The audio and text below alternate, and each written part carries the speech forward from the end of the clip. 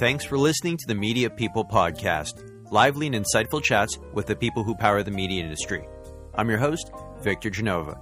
For more episodes, you can go to mediapeople.ca or subscribe wherever you get podcasts.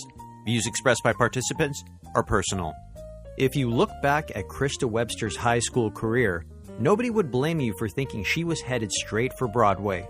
The arts, especially music theater, played a major role in her teenage years. But her professional career would bring about the opportunity to work with a relatively new type of performer, influencers. Krista is the president and CEO of Veritas Communications, Canada's largest influencer marketing agency that walks the line between public relations and marketing. But how did Krista go from performer to influencer agency CEO? You could argue that the clues are in her university career. Krista pivoted away from performing arts, pursuing an undergraduate degree in English literature and women's studies. Not only did it help Krista hone her writing skills, but set her up for success when completing her master's in journalism. Krista Webster stops by to chat about growing up in suburban Toronto, how extracurricular activities and teachers shaped her time in high school, taming the art of retail sales at her local Gap, and her accomplishments in the PR and marketing world.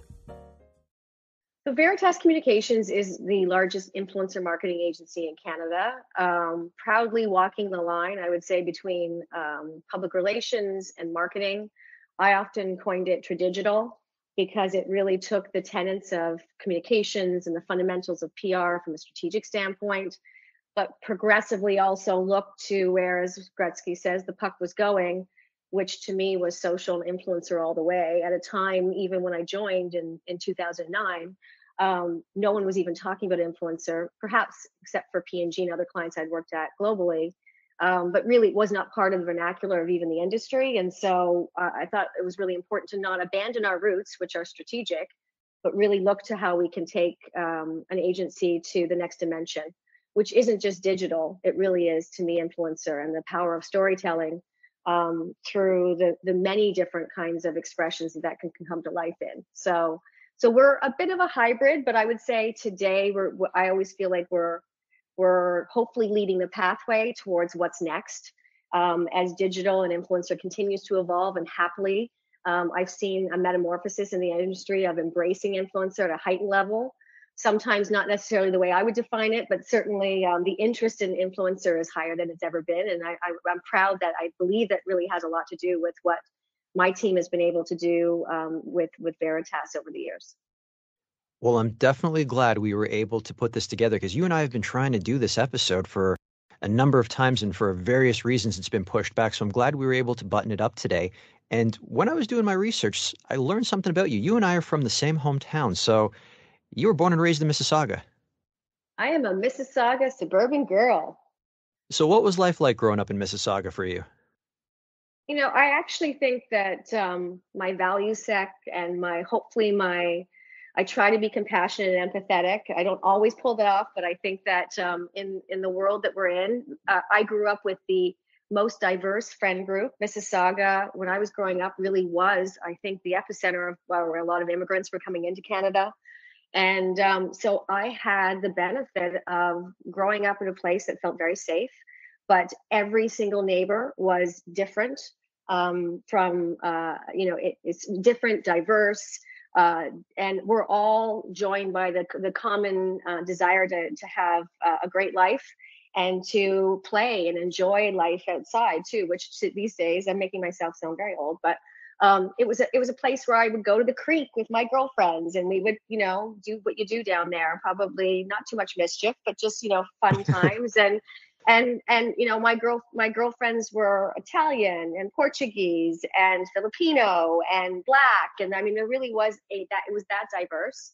And I really feel prideful that I ended up in a place like Mississauga because I don't think I would be as aware of my surroundings and have also the interest of really working beyond Toronto, right? I think that also opened my eyes to the fact that there's other people and other things in the world and that a global point of view is really important. My summary for Mississauga is it's the home of the three S's: shopping malls, schools, and subdivisions, with about 800,000 people packed into that. 100%. And I happily, I also spent a lot of time at the malls, not just shopping, but I worked at the mall. I mean, I really was that girl who, she worked at the Gap. I always tell people my first job was at Pet Value. My second job was at the Gap. And, even working in retail in the suburbs, I remember Mickey Drexler at the time was the head of the Gap. And for anybody who works in retail, Mickey is like, he started J. Crew and a bunch of things. And he came to square one to find this tiny little thing who was selling more things at the Gap than he'd ever heard of. And he walked in as a surprise to meet me. And that was, and I was all of probably 17 years old, but that was the desire and the drive to have a part-time job came from my parents. The desire to be better came from the world that I grew up in, which really was, again, a shared community of people who want to improve. And I have the benefit of even learning through those kinds of experiences of being at the mall, and making that sort of the most diverse mall probably in Canada is Square One. And that was my foundation, my playground for really getting into probably the power of persuasion and PR and marketing and understanding the value of hard work. So how many of those Gap hoodies do you have? Because that was all the rage at one point. You couldn't just have one, you had to have it in multiple colors. You know the one I'm talking about, just said Gap right across the chest. I know. I wish I could say I kept a lot of them, though I did go through many iterations of the Gap hoodie. But what I can do for you, if we ever meet in person, and for the audience if they hear, is I can immediately meet someone and tell you what your inseam is. So I'm not sure if that's a good or bad thing, but I really can actually fit anybody in any jean or pant that they want. And I will tell you that the Gap, I know they've been going through some hard times, but they will come back, because there's they're classic and they believe in innovation. And I think any brand, and that's possibly also why I'm so interested in brands and where they come from and the journeys that they take. But one of my little special secret things is I can help people fit jeans. So if you ever want to go on a shopping spree with me, we can go back to Mississauga and we can do that together, Victor. Well, as long as it's stretch denim, because you never know what you're going to be having for dinner the night before. We'll go to the food court as well. We'll make it a full stop. And you spent your your childhood and your teenage years in Mississauga, correct? I was, I've seen Mississauga, different parts of Mississauga. I was born Toronto General, and I think we spent a few minutes in Barrie, and then moved back to Mississauga. So pretty much that was my foundation.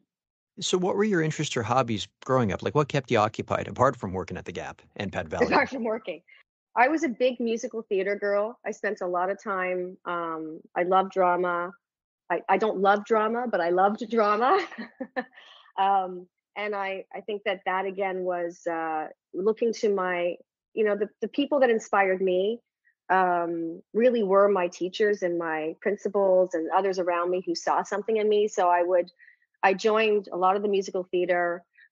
Just love that. I love to sing. I love to write. So I did a lot of creative writing then. I was probably really annoying as a little brown noser, right? Where I decided not to do recess, but to write something extra. But that was kind of who I was. And I sort of was okay with that too, being I was popular and nerdy at the same time. And I think that that's a really interesting way to be.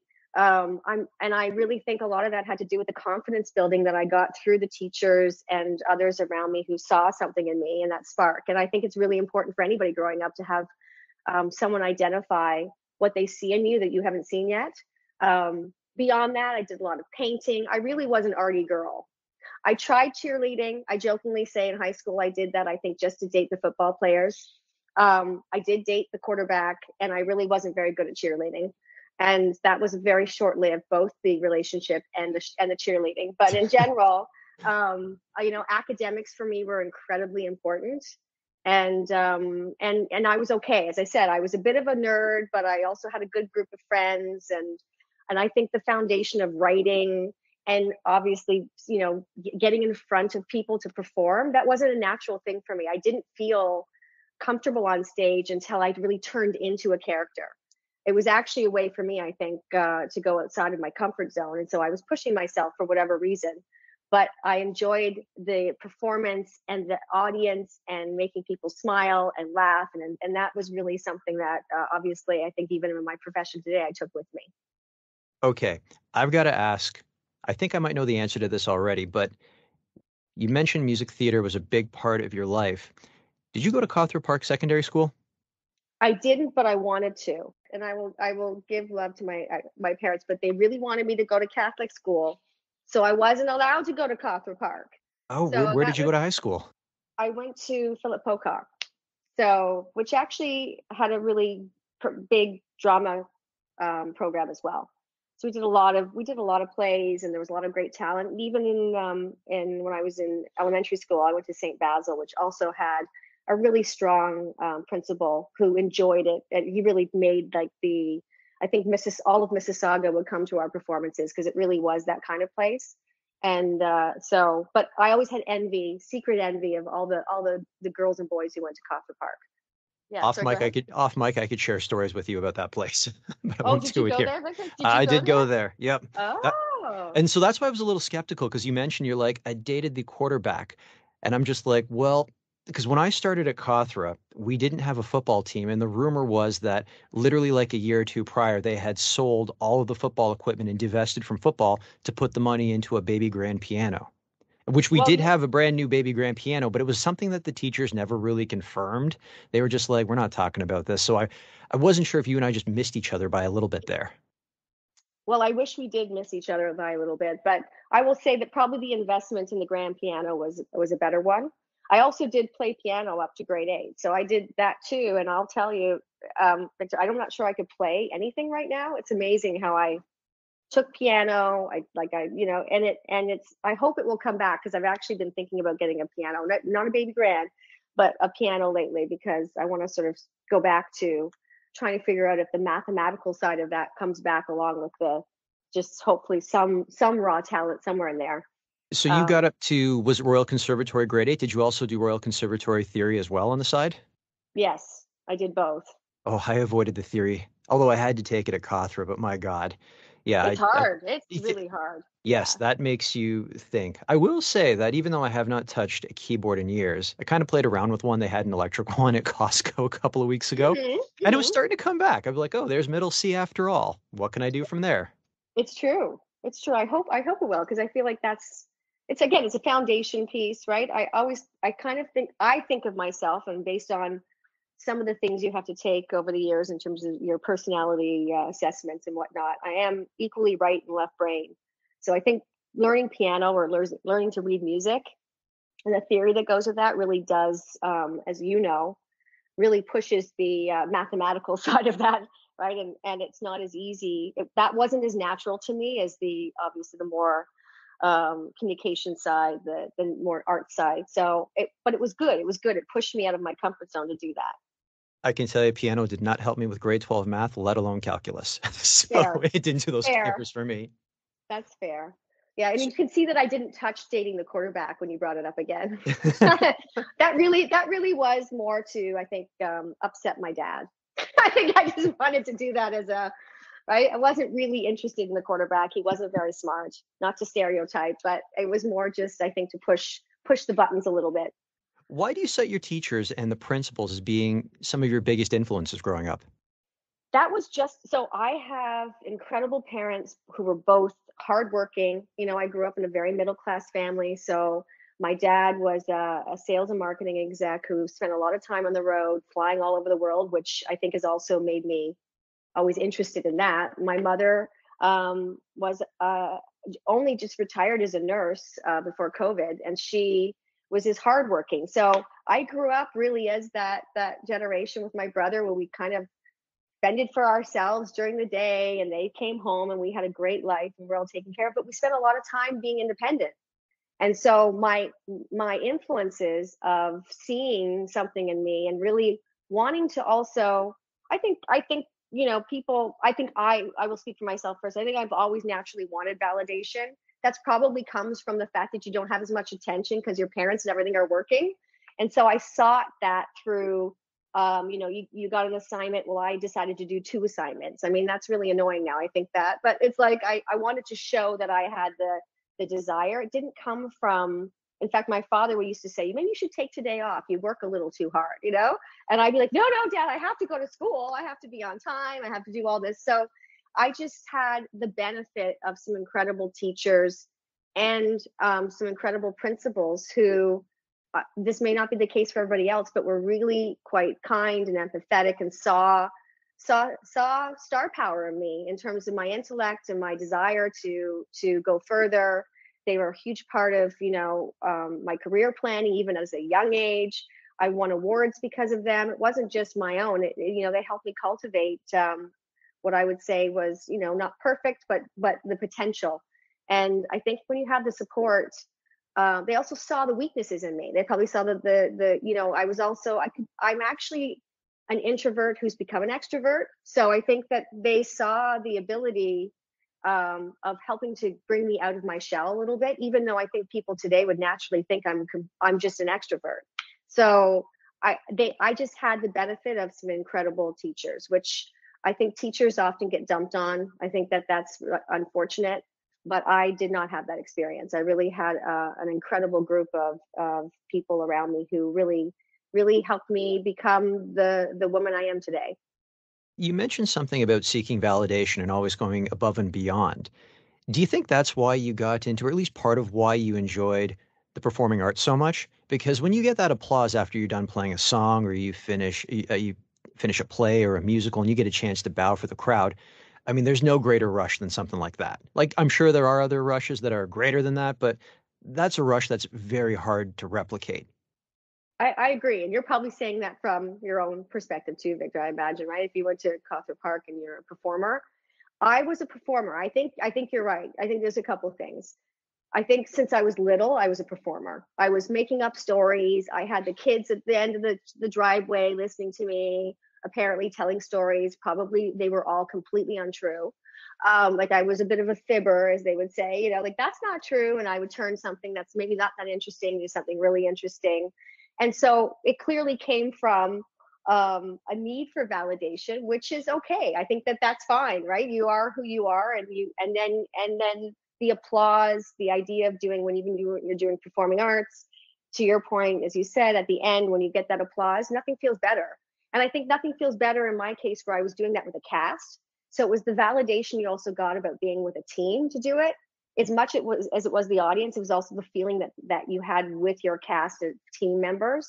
And that I really enjoyed too, which I think is not unlike our agency world where, you can win on your own, but you never win on your own, right? The win is always team based. And when you can do it and find a harmony together to actually win that pitch or help that client or come up with an idea that no one had ever imagined would be possible, that really is, again, that validation that is just so exciting.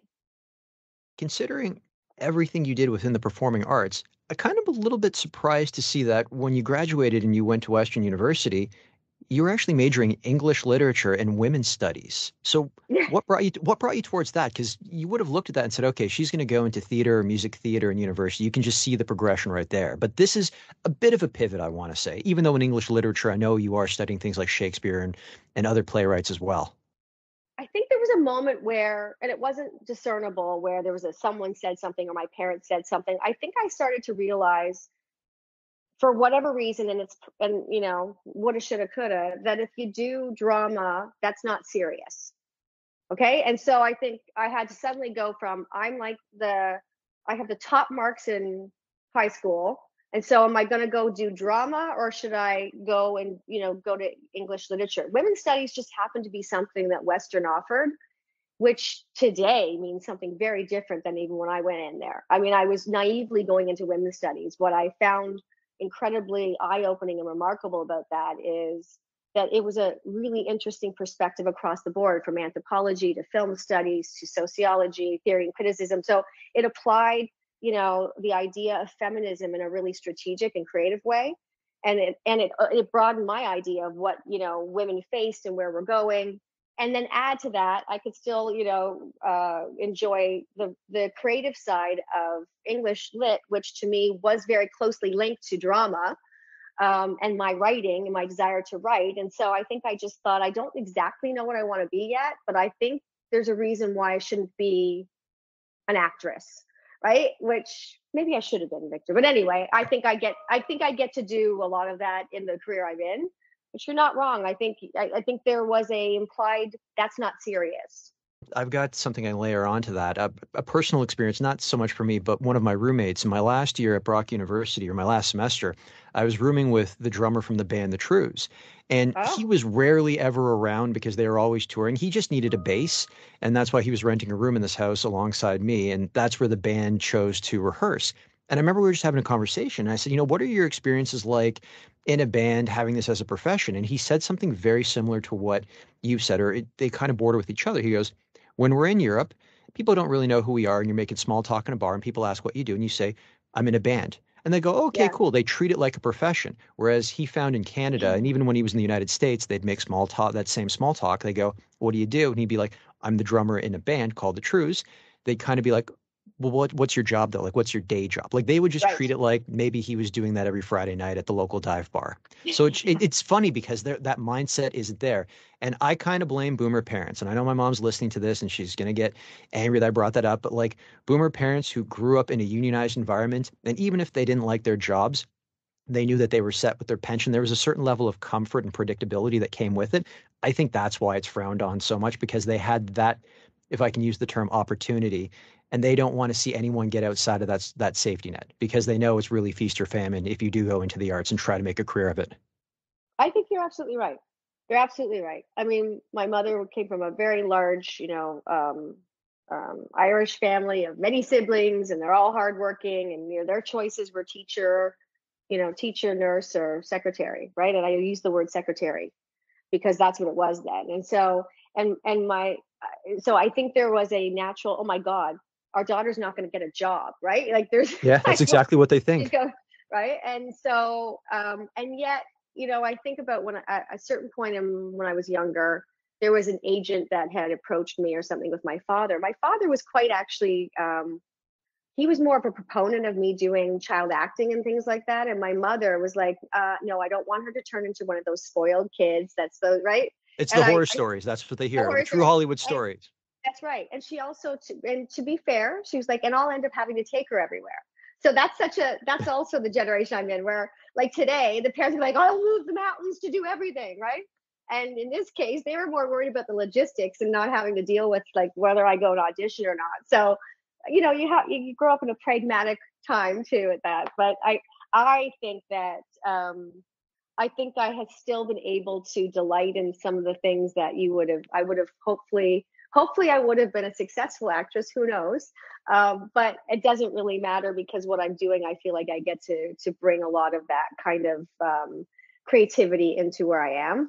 And yeah, at the end of the day, it is about storytelling. So I am a person who really didn't know what I wanted to do. I wanted to do everything growing. So when I did the undergrad, I really did that to more just to learn. And then I was faced with, well, what am I actually going to do next? And that was, again, I didn't have the same influence, I would say, as when I was younger in school.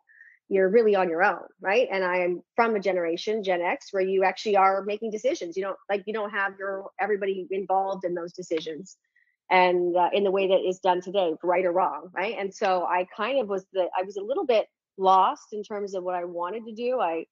I got into law school. I got into med school. Which is shocking. I was the only arty that got into med school. I think I probably would not. I think I probably would not have graduated at McMaster, but at least I got in, and then I got into journalism school because really wanted to be I decided a professor, an English professor. Again, it was like, right. And so I thought, well, if I do a master's in journalism, I'll at least have a master's and I can go back and do my PhD. And I can also write and maybe do other things in the meantime. So that there was not a thought process that was exactly logical. It was more proving to myself I could get into the things, and then went, oh, well, I don't want that. It was like I had to, again, it was my own sort of, I'm going to go above and beyond just to see. But what I love about what I see even in the team members I have today is they had more options, but really more support, more of a, more mentors, if we want to say that in their parents, but in others that actually are helping kids today figure out what to do, and I think that's really great. I don't think that's a bad thing at all. I think it's the merrier in terms of input. Ultimately, you have to make your own decision, but it's not always a good thing to be independent in how what you're deciding. These are important things. Happily, I think my path wasn't exactly straight, but I do feel that I ended up in the right place. So The master's in journalism, you mentioned that there were a number of different directions you could have gone in, and I'm wondering what made you pick that versus say, because if the end goal was always to get your PhD and to be a professor and to stay within English literature, why not say an MA or an MLit? because my English professors at the time said there's no jobs. Oh, jeez. and they said there's no tenure and you're too smart to like stick around waiting for that, which I'm saying they said that. I didn't say that about myself. And so maybe they were flattering me at the moment. Maybe they didn't think I'd actually get in. Who knows? But so I chose something related that also was very hard to get into. And so of course, the competitive side of me is like, I'm going to see if I can get into that too. And I did. And so I thought, well, at least it's somewhat related to writing, to, strategic thinking, to a lot of things that also could be at least practical. So while we're waiting for professors to get tenure again and for jobs to open up, this would give me the opportunity to work in the business for a few years and then decide to go back and do my PhD. So So the practical element of it. That's right. Before we move on to something else, I wanted to ask you, because you were a performing arts student, do you get a rush from, say, public speaking or presenting in person? Because I absolutely adore that. I love preparing for it. I love delivering. It's kind of like a performance for me. Even like what I'm doing right now is in its own way a performance. Like, do you find that you get to indulge that for that side of yourself from your teenage years that was always on stage when you go out and you present to a client, whether you're pitching new business or doing a post-analysis report or anything like that, or just maybe you're public speaking at a conference? I do love it. I love it. And I still have a tiny little bit of fear, which is good. Right. I think I love the adrenaline, it's like you're looking over a cliff and you hope that you're going to, and I love actually surprises when you're presenting and something happens or someone says something and then you listen and you can pivot. I love to be surprised even when I'm presenting. So that's an adrenaline rush for me. So I do. I absolutely love the performance side of it. Although I would say the best examples, whether you're giving a speech or whether you're on a panel or whether you're presenting to a client or even in a pitch, it comes from a place of listening and authenticity. So as much as it's a performance, what I've learned over the years is it's much more important to just be who you are, and you'll get even more of a rush out of that, as opposed to being too scripted. I think I do better less scripted. And I think I've learned that of myself too. I don't know what that means about me or not, but my adrenaline and rush and excitement comes from when I can navigate something with surprises and not necessarily as rehearsed. I will say, coming out of university, you'd think I'd be this confident girl with her master's in journalism. She's going to do all these things. When I fell into the agency business, I was terrified to present initially. And it wasn't like when I did musical theater, I wasn't either, but I got comfortable in that milieu. This was a completely different milieu that you don't learn, you just fall into agency. And I was super conscious about how young I looked and how inexperienced I was. And so it's interesting. So I performed. And I think so I put that idea of performance on myself, Victor, in the sense that I would literally wear glasses I didn't need. I would dress in things I would never ever dress in today to make myself look grown up, in quotation. I would put my hair back. I was just very conscious of how I was presenting myself.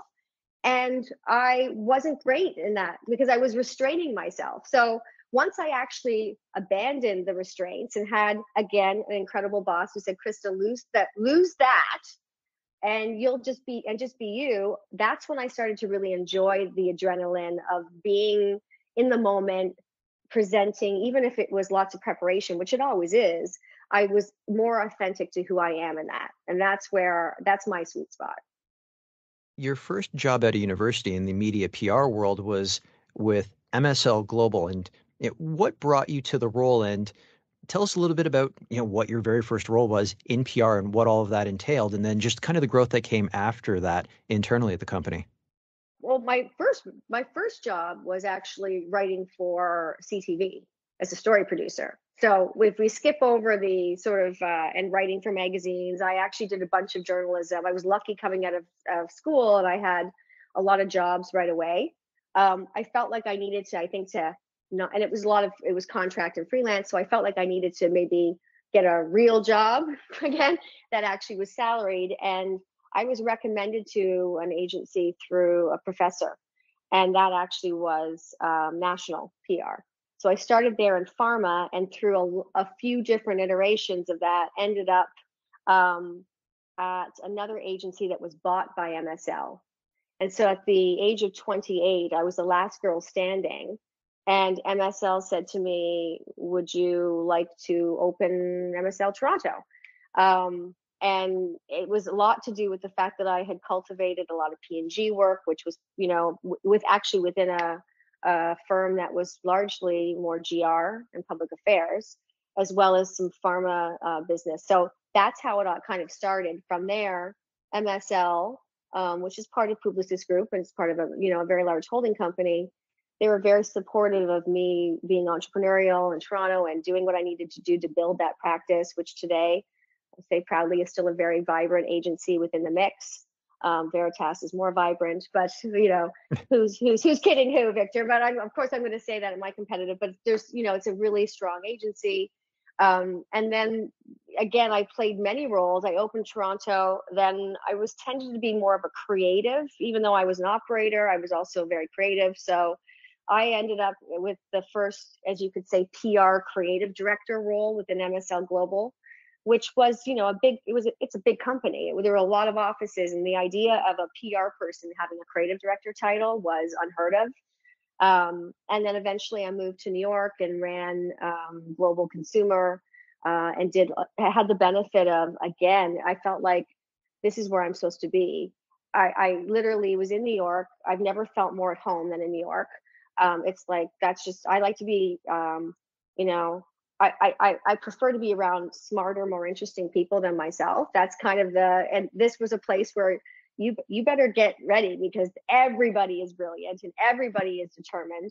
And when I was there in that role, I was able to travel all over the world and open up markets and open up offices and do a lot of incredible work for big clients like P&G and Philips and Merck and other big, meaty clients, and meet and work with and be really a very diplomatic person that tried to cultivate the best out of the German offices, the UK offices, the Asian offices, opening India, opening Russia, which today it's like there's, and having the benefit of also working with incredible leaders in the US and also proudly waving that Canadian flag wherever I was. So I really felt like that was an incredible experience for me that I really am thankful to them.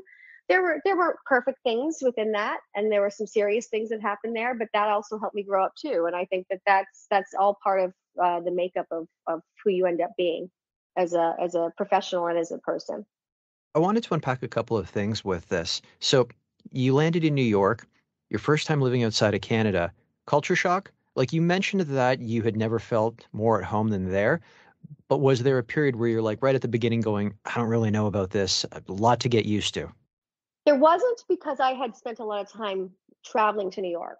So when I moved there, it wasn't like New York was foreign to me. I think the realization, though, that I was in New York and I felt like home, but I was in a position where most people were reporting to me. And so I couldn't really just go and say, hey, let's hang out. So trying to find a social connection initially was probably the most difficult part of being in New York, except that within 6 months, I felt like I had the benefit of, because of the work I was on, I had the benefit of working with not just the MSL teams, but Leo Burnett and Saatchi and all these other, Kaplan Thayer and a bunch of these incredible other agencies at the time that were really doing outstanding work then. And I think that, so I had a friend group and a social group very quickly. There wasn't a moment where I ever didn't wake up and think, this is like, I'm so lucky to be here. Even when I had to rent my teeny tiny little apartment and felt like I went back about 10 steps in 10 years in terms of space and what I was paying, it still felt like I was around the people I should be around. It was so diverse. Again, it wasn't just in my profession. It was the way that New York works and the number of people, and everyone is so incredibly, no matter what you're doing, whether you're working in retail, whether you're the police officer on the street, whatever, everyone was very supportive of New York and supportive of people who moved to New York. I didn't have any negative experiences about people not being anything but kind and wanting to help. And so that to me just felt like this is a mishmash of everything, which to me, from a storytelling standpoint, is like, it's just so rich. But it also just felt like a very, very friendly, and I know New York right now is going through its own things too, but it really felt like a very friendly, incredibly energizing place to be. So I didn't feel sad or lonely there. You could walk New York yourself all day and never feel sad or lonely. You've worked extensively with pharma clients. Would you consider that to be one of the most challenging categories to plan for? Just because, depending on where you are in the world, there's a litany of regulations keeping you from doing or saying certain things. You really do have your hands tied when you are working in pharma, and you have to really, really work hard to come up with something that's completely out of the box and unique, but within the terms of the regulations as well that have been set out. 100%. I think the foundation of me starting in pharma, again, as I said, I fell into PR. I fell into agency based on a professor's recommendation, and the idea of learning how to be strategic, come up with creative thinking, drive interest and awareness and advocacy within a highly regulated environment was the best training I could ever have, because it actually forces you to, first of all, think about all the audiences and be empathetic, right? It's not just about the idea you want because it's sexy. It's the idea that makes sense because you're actually, hopefully, driving, a better life ultimately for someone. Pharma, I know, is controversial. We could probably talk about that, Victor, as an industry. I think the idea of people being empowered with information and having options. And a lot of the work I did in pharma, of course, also worked with third parties and not-for-profits and advocacy groups. And so I saw and experienced things that I feel really, really grateful for, that were humbling and made the work all, even more rewarding. It was difficult work. You're not wrong. Every pharma company also has its own legal and compliance and governance sets of rules too. So, but I like that. I think that, as I said, I'm right and left brain. So I love the idea of having to architect things within, being confined. And I also like to push the boundaries. So once you figure out what you can color within the lines, then you can actually figure out how to color outside the lines. So I really feel like I also helped take certain clients further than they would have gone too, which is in not in a way that is risky, in a way that is actually going to ultimately help the patients that they were trying to serve. So that parlayed into my love of consumer. What I really realized is that I love a big canvas. I actually do enjoy pharma as much as I enjoy consumer. I even love issues management, and that sounds very like what you love other people's issues, but you never want them to have issues. But I do really feel like your true insides when they're pressed come out in an issue for when you're working with a client, and when it's as serious as God help you, death or other things that happen. And that is when the rubber hits the road. And that has been incredibly, talk about adrenaline. It's adrenaline, but it's also about people's lives.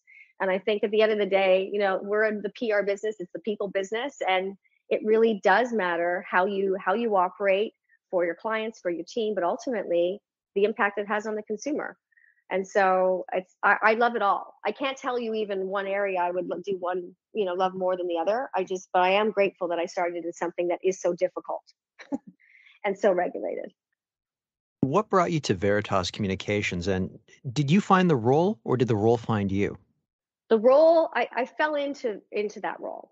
So when I was in New York, the former head of the holding company that owned Veritas was pursuant of me for about a year.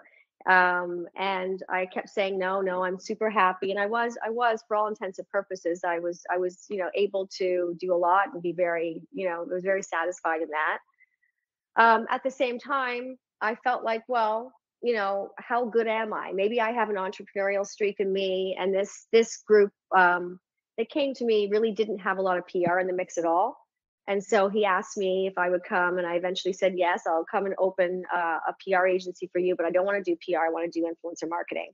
And that's when he went, I'm not exactly sure what you mean by that. And obviously social media was certainly becoming the focus. I said, it's much more social. It's just more, it's not a traditional PR agency, but if you're open to the philosophy I have on that and the approach, then I'm willing to take the risk. And so I signed up. I remember it was like just before US Thanksgiving, and I was still staying in New York to do this. And I went home to see my family for the holiday. Veritas was a sister agency within the mix of PR agencies. And so I thought I'll just go and see that team, because you never know if I might need to leverage some of them. And Veritas was in a different place, and it had a long history in the marketplace. Very quickly realizing that it might need a little help. And so I had to face a decision of or am I willing to also double down on Veritas, including what I'm doing in the US, or have I made a big mistake altogether? It was that moment of, this is more than I thought and less than I thought on other things. So, but, I remember going to a woman that I worked for actually at MSL, who was really a mentor to me. Her name is Wendy Lund. She's incredible. And she said, Krista, you love challenges and you love fixing things. So I would say, the door is always open for us, for you to come back, but try this and see what happens. So long story short, Victor, I ended up working between the US and Canada. So New York and Toronto. I commuted probably 3 to 4 times a week on planes back and forth. For 3 to 4 times per week? Oh my Correct. God. I thought you would have said a month, but oh my God, per week. It was a lot. It was a full-time New York, Toronto life, living in both places, rebuilding Veritas, building something in the US. So it was, it was not for the faint of heart, but it actually taught me a lot about who I am as a leader, what I will accept, what I won't accept, there's a lot of things. I think I did a lot of growing up, and that was a really, there were some days, I'm not going to lie, that were very difficult, and I thought this is exhausting, and there was just a lot of parts of it, and yet it also, I think, allowed me the opportunity to build a point of view in both countries with people that I respect.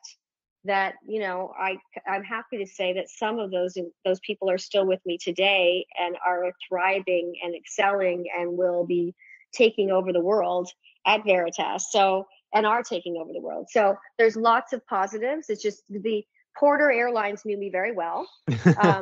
I actually launched Porter Airlines when I was at MSL, and I think I was the most frequent flyer they had. And I also discovered that there's something called Tonys, which are the TONYs, the Toronto, New York crew that literally use Porter or Air Canada and go back and forth and live this dual life. So I ended up meeting people, a lot of creatives, a lot of really interesting people. Kimberly Mimran, Joe Mimran used to be the ones, they're always on. Like, there were lots of really interesting characters, which I love characters. I love people who are interesting, and they, became like a collection that you would say hi in the lounges. You'd see them in the airports. Like, it was a whole rhythm that I developed. And I think that also made me more interesting too, because I had more stories. I had more experiences. And if anybody wants information on when to travel to LaGuardia and when not to, I can certainly help navigate that. I think that's that I am that, and determining the size of what jeans you should have are two things that I can certainly help people with. Well, I think airports could use, at least Canadian airports could use all the positive press they could get. Correct. That is true. Okay, so at Veritas, there was a division that you were charged with starting. So tell us what meat and produce is, and where did that come about, and what gap does it fill? I decided we needed a little meat and produce in the Veritas world. So because of the evolution of influencer and what we were doing, again, this is now 3.5 years, so pre-COVID. I saw the opportunity for more performance marketing, performance metrics, and media behind really strong influencer-led storytelling.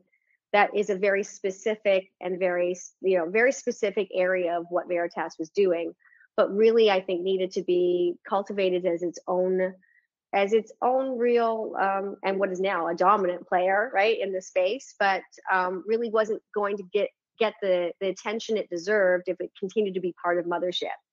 And so the spin out, as our PR people would like, our spin doctors would appreciate, the spin out of Veritas's M&P, and that is just absolutely thriving. It's thriving because it's a complement to what is being done in the PR and influencer space, but it really is a double down in terms of how do you create compelling storytelling that's still authentic, that also uses media, that also looks at the metrics and the ever-changing algorithms of the social media landscape, and allows a brand to not just drive awareness but to convert. And I think that certainty is important in a world and in a marketplace where it's often uncertain. And I think because of that, it's really truly resonated. Meat and Produce was really the idea of meeting and producing together, whether that's virtually or whether that's in real life, which is so IRL is now the thing. It's in again because of coming out of COVID, but it really is about creating, that synergy with an influencer where you're creating the brief together with the client. You're co-creating, whether it's at a grand scale of lots of content or whether you're doing really meaningful,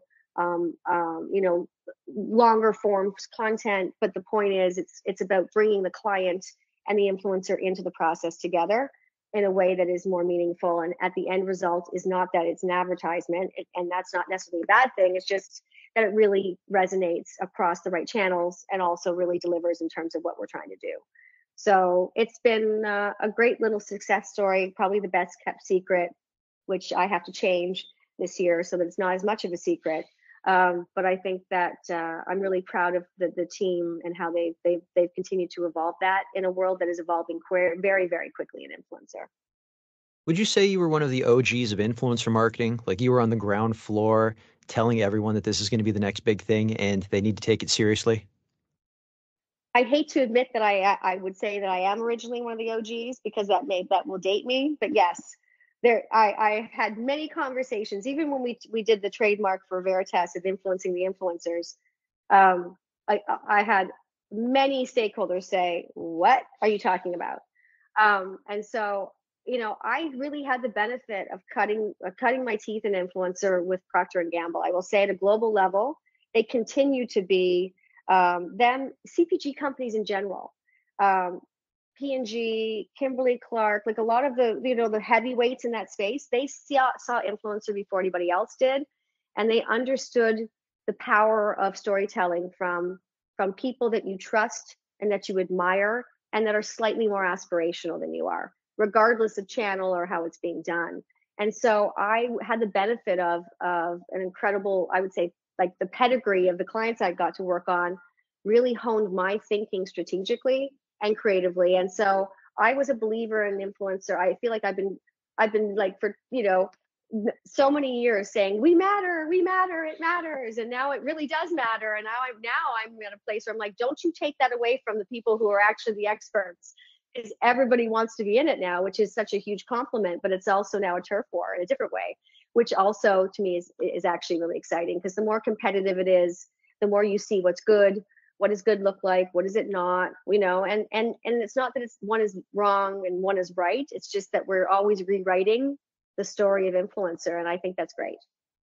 So would you say in those early days of influencer marketing, you were spending a significant amount of time, or maybe not a significant, but some chunk of time trying to get your superiors on board with it? And just to reference myself again, when I left broadcast media eons ago to go into digital, everyone thought I was crazy for making that jump. So I've got to imagine that if you distill influencer marketing down to like its basics, where, sometimes someone doesn't have a great studio, or they don't have what do they call it again? A ring light or something like that, but they're pumping out good content. They've got a number of followers. You probably have to work very hard to sell that through to someone at the top and go, no, this is what the future is. This is what the present is right now. Look at the engagement. these people are getting just talking about whatever their favorite products or topics are?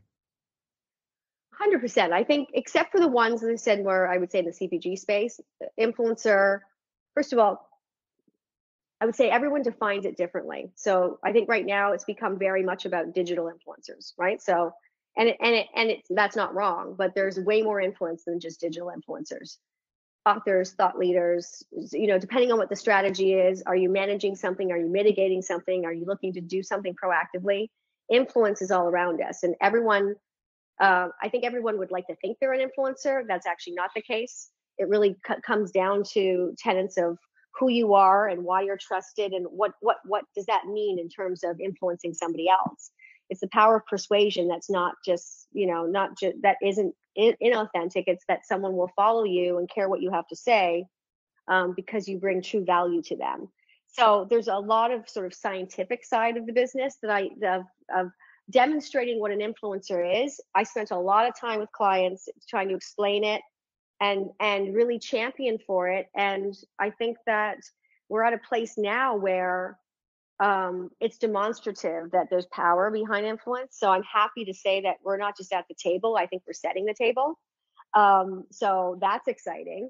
And I think, though, that I've always been, I would say, not just an influencer in general. I always feel like I've been selling clients, especially in Canada. I always felt like Canadian clients got a bit of a bum rap on, they see things tactically, they see things small, the budgets are smaller. But I actually think that Canadian clients are incredibly receptive to bigger ideas. And so the adoption of influencer, I think some of the Canadian clients were even faster than some of the US clients. In general, the sales that I've had to put in, the salesmanship of telling clients why I think they should be doing influencer has gone away. Now it's become much more complicated. It's how you should use influence. Let's not step right to the end result so quickly, even though we all want results. So there's more of I think now the trying to create more of a strategic understanding of how it can be applied, because it can be applied at all levels of the the consumer journey and the funnel, or whatever way you want to look at marketing today. And I think we're too quick maybe to go right to the end, where it's someone, to your point, where they're creating content and they're just spitting it out on Instagram. I think that is part of it, but that's a tactic. And so I'm excited about the idea of, even where ad standards is going and how we evolve that, the technology side of influencer, where even shoppable content is going, live streaming. There's just so many things about influence that are still so far away. And I say so far away, Victor, we're talking 18 months, so not that far away. Okay. That I'm now selling again. So I'm selling a new set of luggage called Influencer 3.0. Whereas, it's not that we don't want to do it. Now, what can I get you to go further on? Right? What can you do that's even more strategic? Now that it's obviously firmly implanted in your marketing and communications strategies, how do we take it further now so that we can go into places that you never imagined you would take it to?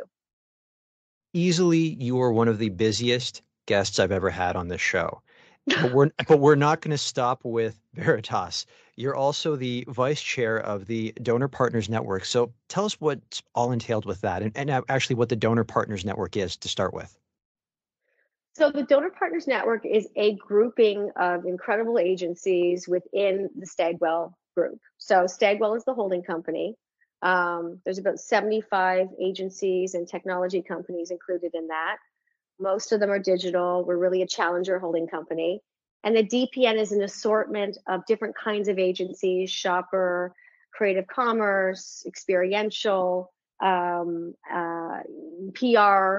influencer, everything. And it's US and Canada based. And so it's a collection of what is then a bigger holding company. And the leadership at Stagwell were smart in so much as they saw the opportunity to take like-minded but also different kinds of agencies and make smaller subsets of them, but still ultimately laddering up to the bigger purpose of what Stagwell stands behind. So it's I think a really challenging thing for me in a good way, because I'm learning. as much as I've always worked, for instance, in the ad business and more on a tertiary level, I'm now really appreciating how different that business is and how different it needs to evolve, and where again do we need to be in terms of relevance to clients. Shopper as a whole, like shoppable moments are obviously super, super key. That's a whole art form unto itself. Experiential, the idea of creating brand acts that actually move people, but also move them to do something, is being redefined every minute.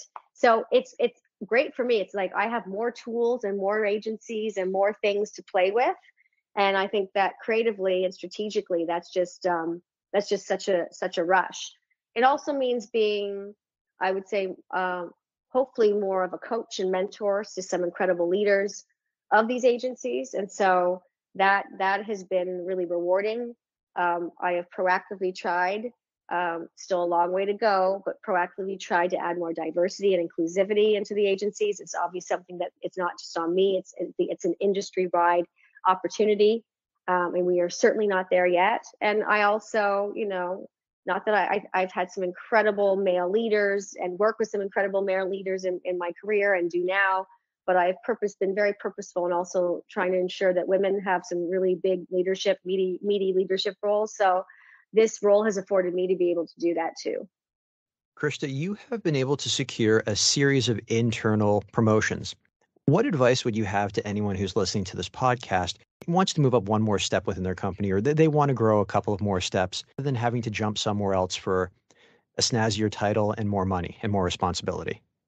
Yeah, I think it's a great question. I think it's different case by case for each person. If they want to move up, how do they do that? I think, I always say we have 2 ears and 1 mouth. And so listening is as important as what we have to say. Observing. I think it boils down to a lot of emotional intelligence where you put yourself in the shoes of others. So if you want to, go to the next level, having real discussions that aren't just about you, but about how you can truly help support the person that you're reporting to or the team around you, and really looking at the maybe some of your shortcomings, but the things you also bring.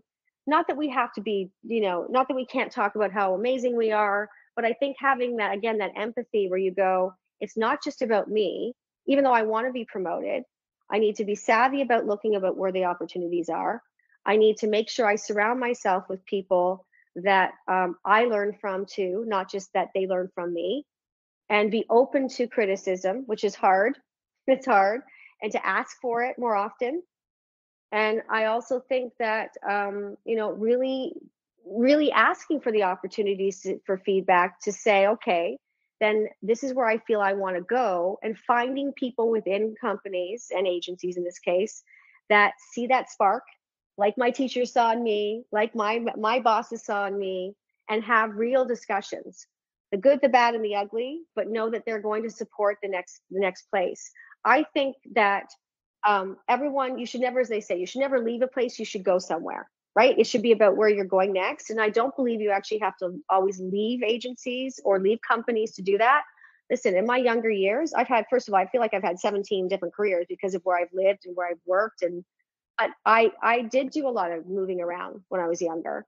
And I now feel like, over the many years, I was able to reinvent myself multiple times because I also cared deeply about what I put out. I cared deeply about how the leaders I worked with felt and wanted to hear as much from them as what I could contribute. And then I was also savvy enough to see, again, where that opportunity was, and to gracefully, but also really, not forcefully, but I didn't wait around for them to say, hey, what do you think of this? It was me asking and saying, is this an opportunity? And can I get there? So I think it's equal parts, you having that emotional intelligence, a balance of, it's not just about me, but also here's where I want to go and how can I get there? And finding people who really see the good in you, but also can help you polish the things that maybe still need polished. And every single company has those people. Everybody does, because ultimately we all want that in each other. We all want to be able to move. And I also, I feel really grateful that I see a lot of people that I've worked with who have gone on to other incredible careers as clients in other agencies, We have a lot of boomerangs. I have a lot of boomerangs in my life, right, of people who have worked with me. And I try really hard, as much as it even hurts sometimes to see if some of the people you love so much leave. I believe also it's important for you to find your own path. Krista, thoroughly enjoyed our chat. Are you ready for rapid fire questions? I am. The campaign you are most proud of? Protecting Futures by P&G. It won the first ever PR Lion at Cannes. And it really was ahead of its time in terms of advancing women's issues through helping support women in India and Africa and FemCare. There's a lot of things about that I think are incredibly important, but it was always in Tampax, and it was the precursor to the Always Like a Girl campaign that I think everybody is familiar with. And so that really, to me, was something I'm most proud of. Your favorite movie? Okay, so I am such a movie buff that is hard to say, but this one might shock you. My initial is Jaws, which I think I've seen, 50 times. I like to be scared, and I love the idea of, I still know what's going to happen, but it's one of those things where I just think the fact that it had so many issues in the making of it, and it still to this day is something that is talk worthy. And I love the sort of the look of it because it was done in the 70s, so it's got that grainy feel, and Spielberg was like a young ingenue at the time, and so there's so many aspects of that I just think are brilliant. But I could go on and on just in another podcast about all the movies I love, because I just think there's just so many incredibly important ones and amazing ones that are out there. If Hollywood were to make a movie based on your life story, who would you want to play you? I am a person who, for right or wrong, has been told I look like every actress that originates from Australia. So I'm like a mix of everything. Depending on your generation, I've gotten Olivia Newton-John, Meg Ryan, Nicole Kidman. I get quite a bit, which I take as all of them are quite flattering. I guess I would say Nicole Kidman is probably the closer in age to me. But easily, it's just, I think Kristen Wiig, frankly, could play me, because I think I'm more comedic than people would realize. And so as glamorous as I try to be, Victor, and there are wonderful dress up moments in my business, I'm definitely more of a Kristen Wiig falling over and wanting to make people laugh. And so I would say Kristen Wiig would be great too. If Hollywood were to make that movie about your life story, what would you call it? Never Ending Story. I think that one was taken. I think that was some kind of movie. But I would say that mine's unfinished, so I'll say The Never Ending Story. Your favorite book? Favorite book would be To Kill a Mockingbird. In fact, I had a dog my first dog was named after Boo Radley. So that one to me had an impact growing up, and I just, to this day, I think it's still one of the best. Your favorite song? Again, this is the movie and the song, but I would say this is like an old school Songbird by Eva Cassidy. Of course, anything by Depeche Mode for any of those fans who is always good. But yeah, I would say, I'm kind of a romantic inside. So I like to tear up when I hear songs. So I would say Songbird is one of those ones. The best advice you have ever received? I think the best advice I've ever received, and this is advice I've gotten from my parents and from many influences all through my life, is how you treat frontline, right? And how others treat frontline really is, a really important indication of someone's character. So how you treat a receptionist, how you treat someone who's, even, the cleaning staff at the office. I often, I have a soft spot for everyone that's just hardworking. I think it comes from the fact that, my parents were so hardworking, and I see everyone as equal. And when I even had team members come in, potential team members, and how they behave with some of the frontline staff before they even get the interview, to me is a determination of whether they're the right fit. And it sounds awful to think that someone would ever treat somebody differently depending on what role they have, but it does happen. And I think that, again, it really reinforces the character of people who really genuinely are good people. Good humans matter in our business, and I want good humans working with me and in my life. If you could go back in time and give your younger self advice, what would you say? First of all, the most important thing is congratulations. You're doing great, and just enjoy it already. Stop worrying about what the next thing is. Stop worrying about whether you did the right thing. You're so hard on yourself. So stop and enjoy the moments. Savor them. And I still have to say that to not even just to my younger self, to today, right? It really is. I think of who I was then when I was told you I was doing the glasses and dressing up and trying to be something. Just, you're doing great. You have so much ahead of you that you don't even realize is going to be so exceptionally exciting. Just stop and savor it a little more. My signature closing question: if you weren't in media, PR, marketing, what would you be doing and why?